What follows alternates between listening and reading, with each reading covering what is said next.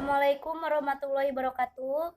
Perkenalkan, nama saya Siti Alfiani yang akan bertugas sebagai moderator hari ini, dan kelompok kami akan membawakan tema tentang gaya belajar untuk memenuhi tugas belajar dan pembelajaran.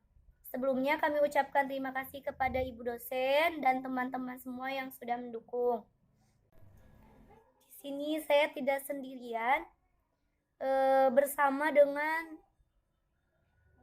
7 rekan saya yang cantik dan ganteng, dan pembahasan kita hari ini adalah tentang pengertian dan jenis yang akan disampaikan oleh Saudari Zahra.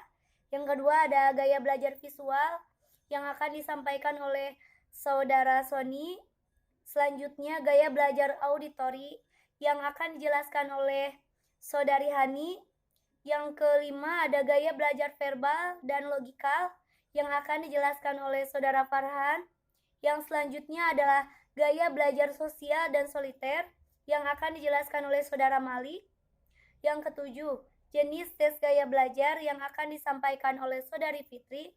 Dan yang kedelapan adalah manfaat menyesuaikan gaya belajar yang akan disampaikan oleh Thalia. Selamat menyimak. Pengertian gaya belajar. Gaya belajar adalah cara seseorang dalam memproses, mengatur, dan mengasimilasi informasi dan pengetahuan baru. Manfaat dan jenis gaya belajar. Gaya belajar siswa itu sangat penting dipahami guru, karena setiap kemampuan siswa mempunyai kelebihan dan kekurangannya masing-masing.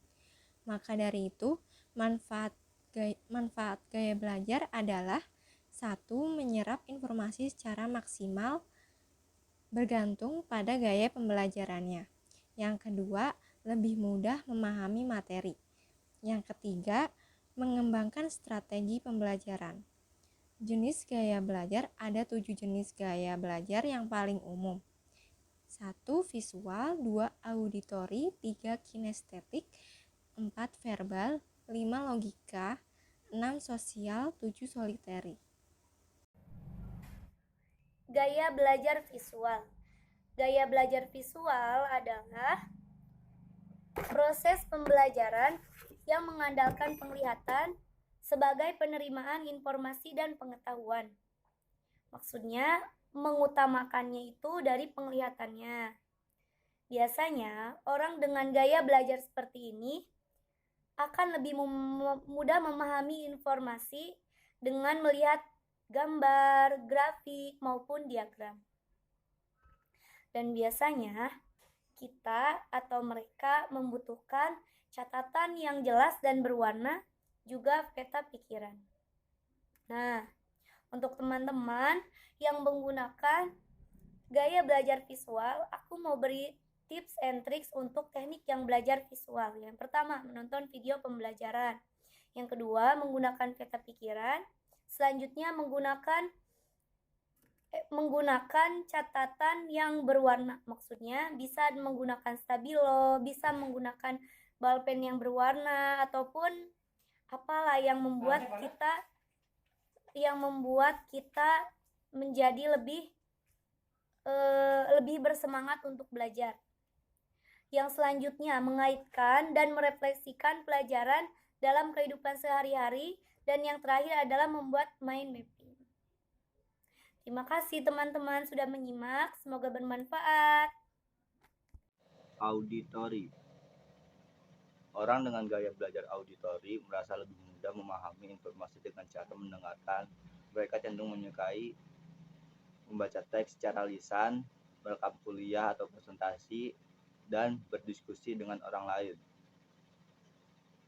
Beberapa teknik belajar yang efektif untuk orang dengan gaya belajar auditori adalah dengarkan ceramah atau presentasi, merekam kuliah atau presentasi untuk didengarkan nanti, berdiskusi dengan teman atau mentor. 3. Kinestetik. Orang dengan gaya belajar kinestetik merasa lebih mudah memahami informasi dan melakukan. Mereka cenderung senang bereksperimen, mempraktikkan apa yang mereka pelajari, dan menggunakan alat praktis seperti manipulatif atau model. Beberapa teknik belajar yang efektif untuk orang dengan gaya belajar kinestetik adalah menggunakan alat praktis seperti manipulatif atau model, melakukan percobaan atau simulasi, dan mempraktikkan apa yang dipelajari secara langsung. Verbal. Orang-orang dengan gaya belajar lisan atau verbal merasa lebih mudah untuk memahami informasi menggunakan teks lisan atau tulisan. Mereka cenderung senang membaca, menulis, dan berbicara. Berikut adalah beberapa teknik belajar yang efektif untuk orang dengan gaya belajar bahasa. Yang pertama, membaca buku, artikel, atau teks, menulis catatan atau dokumen. Yang kedua, berbicara atau mengobrol dengan orang lain. Terus gaya pembelajaran yang kelima adalah logikal. Lebih mudah bagi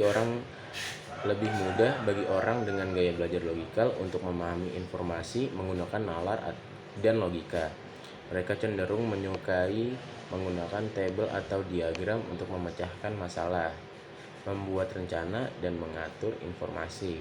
Berikut adalah beberapa keterampilan belajar yang efektif untuk orang-orang dengan gaya belajar yang logis. Yang pertama, memecahkan masalah atau mengerjakan teka-teki.